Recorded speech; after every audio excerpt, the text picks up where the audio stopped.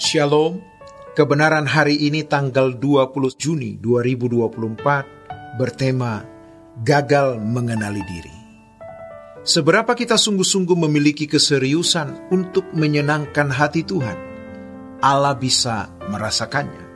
Banyak orang tidak menimbang seberapa dia benar-benar serius mau berhubungan dengan Allah.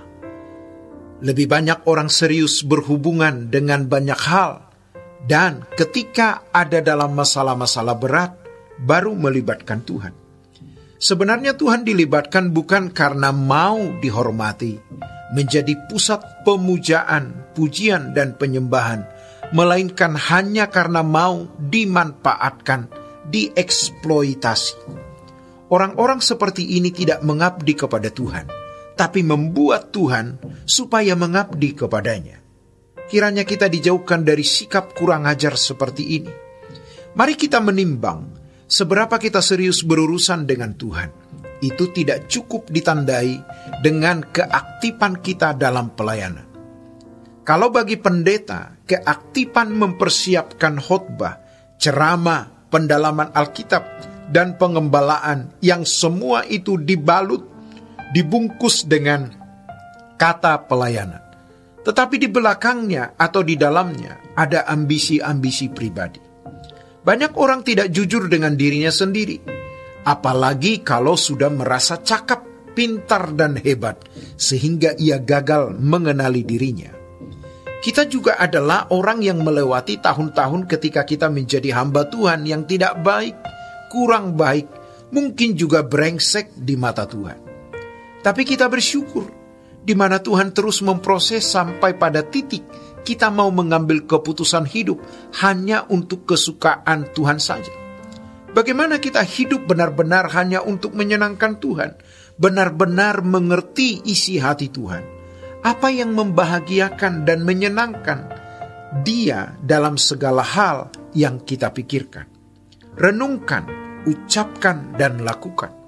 Hal itu merupakan indikator seberapa kita serius dengan Tuhan. Keseriusan kita dengan Tuhan ditandai dengan kerinduan, keinginan kita untuk benar-benar mau membuat Tuhan tersenyum. Namun kita sebenarnya hanya ngomong saja, ataupun kalau kita berusaha tidak maksimal. Bagaimanapun keadaan kita saat ini, jangan memberhalakan masalah sampai kita kehilangan ketenangan hati. Setiap kita pasti punya masalah. Bahkan mungkin beban yang kita pikul itu melampaui kekuatan kita. Tetapi inilah asiknya melayani Tuhan. Asal beban itu bukan beban karena kebutuhan kita pribadi, melainkan beban karena pekerjaan Tuhan. Maka jangan kita menjadi gusar. Jangan menjadi tidak teduh karena masalah-masalah yang kita hadapi. Beban-beban yang kita pikul. Kita harus tenang, teduh. Yang penting, bagaimana kita fokus dan berusaha untuk benar-benar berjuang, mengerti apa yang menyenangkan hati Allah, apa yang Dia kehendaki untuk kita lakukan, apa rencana Allah yang harus kita penuhi, kita tunaikan, kita selesaikan.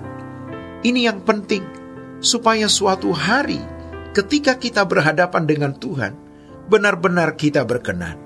Tidak ada ganjalan di hati Tuhan, karena kita tidak melakukan kehendak. Tidak ada ganjalan di hati Tuhan karena ada rencananya dalam hidup kita tidak terpenuhi. Dan ini yang mestinya menjadi kegusaran kita. Bukan masalah kita pribadi. Apapun yang terjadi, mau hancur-hancurlah, mau berantakan-berantakanlah. Terserah apa yang akan terjadi dalam hidup kita. Tapi yang penting, kita bisa mengerti apa yang Allah Bapa kehendaki untuk kita lakukan. Rencananya, pekerjaannya untuk kita penuhi dan selesaikan. Masukilah area hidup seperti ini, sehingga kita tidak menunjukkan hidup kita untuk diri kita sendiri atau untuk siapapun, tapi kita menunjukkannya untuk Tuhan. Kedengarannya ini muluk-muluk, tetapi ini standar. Suatu hari semua kita akan menghadap takhta pengadilan Tuhan, di mana semua kita akan ditelanjangi. Siapa kita sesungguhnya akan ketahuan. Itu yang sungguh-sungguh kita nantikan dan harapkan. Ketika kita ada di pengadilan takhta Tuhan, maka mestinya kita gentar dan takut.